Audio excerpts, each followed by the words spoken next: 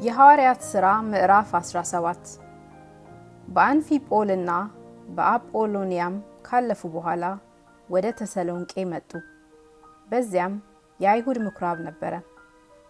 ጳውሎስም እንደ ልማዱ ወደ እነርሱ ገባ።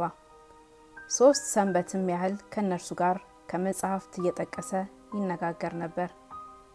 ሲተረጉምም ክርስቶስ መከራ እንዲቀበልና ከሙታን እንዲነሳ ይገባው ዘንድ እያስረዳ ይህ እኔ የምሰብክላችሁ ኢየሱስ እርሱ ክርስቶስ ነው ይል ነበር።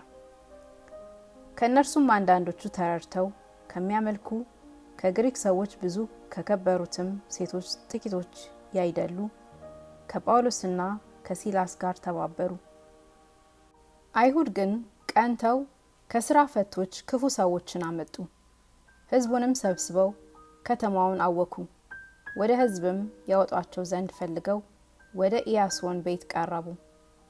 ባላገኟቸውም ጊዜ ኢያሶንና ከወንድሞቹ አንዳንዶችን ወደ ከተማ አለቆች ጎትተው ዓለምን ያወኩ እነዚህ ወደዚህ ደግሞ መጥተዋል፣ ኢያሶንም ተቀብሏቸዋል። እነዚህም ሁሉ ኢየሱስ የሚሉት ሌላ ንጉሥ አለ እያሉ የቄሳርን ትእዛዝ ይቃወማሉ ብለው ጮኹ። ሕዝቡንና የከተማውም አለቆች ይህን ነገር በሰሙ ጊዜ ታወኩ። የኢያሶንና ከሌሎችም ዋስ ተቀብለው ለቀቋቸው። ወዲያውንም ወንድሞች ጳውሎስና ሲላስን በሌሊት ወደ ቤርያ ሰደዷቸው። በደረሱም ጊዜ ወደ አይሁድ ምኵራብ ገቡ። እነዚህም በተሰሎንቄ ከሚኖሩት ይልቅ ልበ ሰፊዎች ነበሩና ነገሩ እንደዚሁ ይሆንን ብለው ዕለት ዕለት መጻሕፍትን እየመረመሩ ቃሉን በሙሉ ፈቃድ ተቀበሉ። ስለዚህም ከእነርሱ ብዙ ከግሪኮችም የነበሩ ሴቶችና ወንዶች ጥቂት ያይደሉ አመኑ። በተሰሎንቄ ያሉት አይሁድ ግን ጳውሎስ በቤርያ ደግሞ የእግዚአብሔርን ቃል እንደሰበከ ባወቁ ጊዜ ወዲያው ደግሞ መጡና ሕዝቡን አወኩ። በዚያን ጊዜም ወንድሞቹ ወዲያው ጳውሎስን እስከ ባህር ድረስ ይሄድ ዘንድ ሰደዱት። ሲላስና ጢሞቴዎስም በዚያው ቀሩ። ጳውሎስን የሸኙት ግን እስከ አቴና አደረሱት። እንደሚቻላቸውም በፍጥነት ወደ እርሱ ይመጡ ዘንድ ወደ ሲላስና ወደ ጢሞቴዎስ ትእዛዝ ተቀብለው ሄዱ።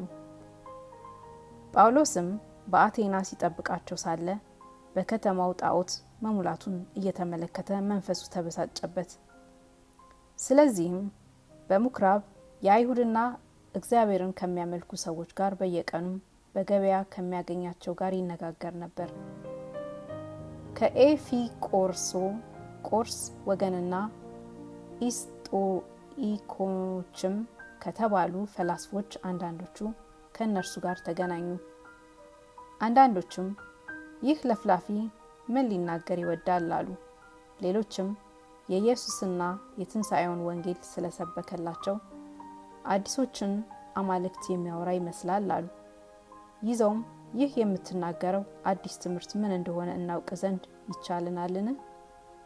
በጆሮአችን እንግዳ ነገር ታሰማለህና እንግዲህ ይህ ነገር ምን እንደሆነ እናውቅ ዘንድ እንፈቅዳለን ብለው አርዮስፋጎስ ወደ ተባለ ስፍራ ወሰዱት።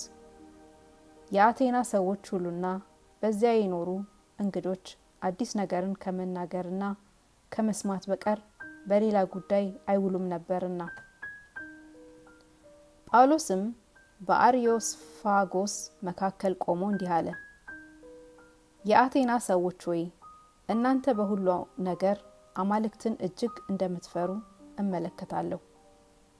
የምታመልኩትን እየተመለከትኩ ሳልፍ ለማይታወቅ አምላክ የሚል ጽሕፈት ያለበትን መሠዊያ ደግሞ አግኝቻለሁና እንግዲህ ይህን ሳታውቁ የምታመልኩትን እኔ እነግራችኋለሁ። ዓለሙንና በእርሱ ያለውን ሁሉ የፈጠረ አምላክ እርሱ የሰማይና የምድር ጌታ ነውና እጅ በሠራው መቅደስ አይኖርም። እርሱም ሕይወትንና እስትንፋስን ሁሉንም ለሁሉ ይሰጣልና አንዳች እንደሚጎድለው በሰው እጅ አይገለጥም።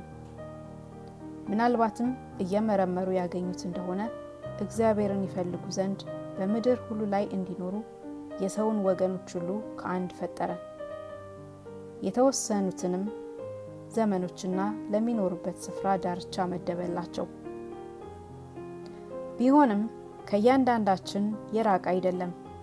ከእናንተ ከባለቀኔዎች አንዳንዶች ደግሞ እኛ ደግሞ ዘመዶች ነንና ብለው እንደተናገሩ በእርሱ ሕያዋን ነንና እንንቀሳቀሳለን እንኖርማለን። እንግዲህ የእግዚአብሔር ዘመዶች ከሆንን አምላክ በሰው ብልሃትና አሳብ የተቀረጸውን ወርቅ ወይም ብር ወይም ድንጋይ እንዲመስል እናስብ ዘንድ አይገባንም።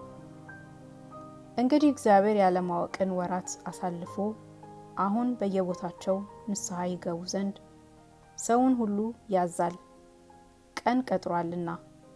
በዚያም ቀን ባዘጋጀው ሰው እጅ በዓለሙ ላይ በጽድቅ ሊፈርድ አለው። ስለዚህም እርሱን ከሙታን በማስነሳቱ ሁሉን አረጋግጧል። የሙታንንም ትንሣኤ በሰሙ ጊዜ እኩሌቶቹ አፌዙበት፣ እኩሌቶቹ ግን ስለዚህ ነገር ሁለተኛ እንሰማሃለን አሉት። እንዲሁም ጳውሎስ ከመካከላቸው ወጣ። አንዳንዶች ወንዶች ግን ተባብረው አመኑት። ከእነርሱ ደግሞ በአርዮስፋጎስ ያለው የፍርድ ቤት ፈራጅ ዲዮናስዮስ፣ ደማሪስ የሚሏትም አንዲት ሴት፣ ሌሎችም ከእነርሱ ጋር ነበሩ።